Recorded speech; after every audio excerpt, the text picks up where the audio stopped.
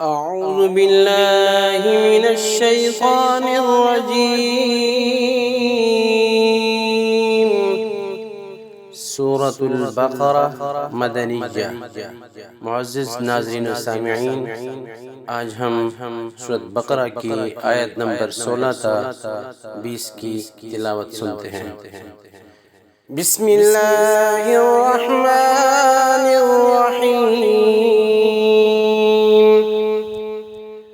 أولئك الذين اشتروا الضلالة بالهدى فما ربحت تجارتهم وما كانوا مهتدين.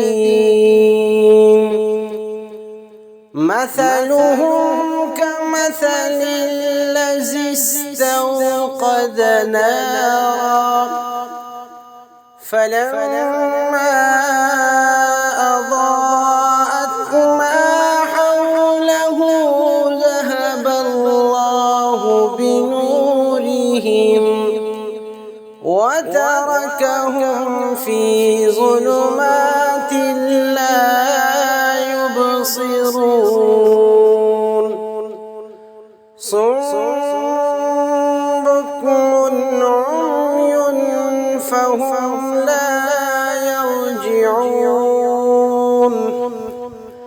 أو كصيب من السماء فيه ظلمات ورعد وبرق يجعلون أصابعهم في آذانهم من الصواعق حذر الموت والله محيط بالكافرين.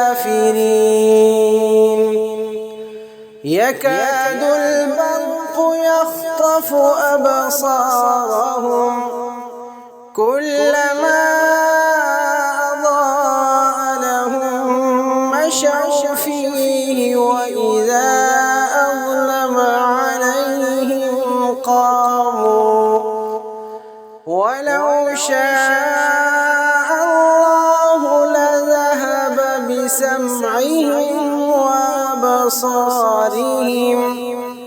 إن الله على كل شيء قدير. صدق الله العظيم.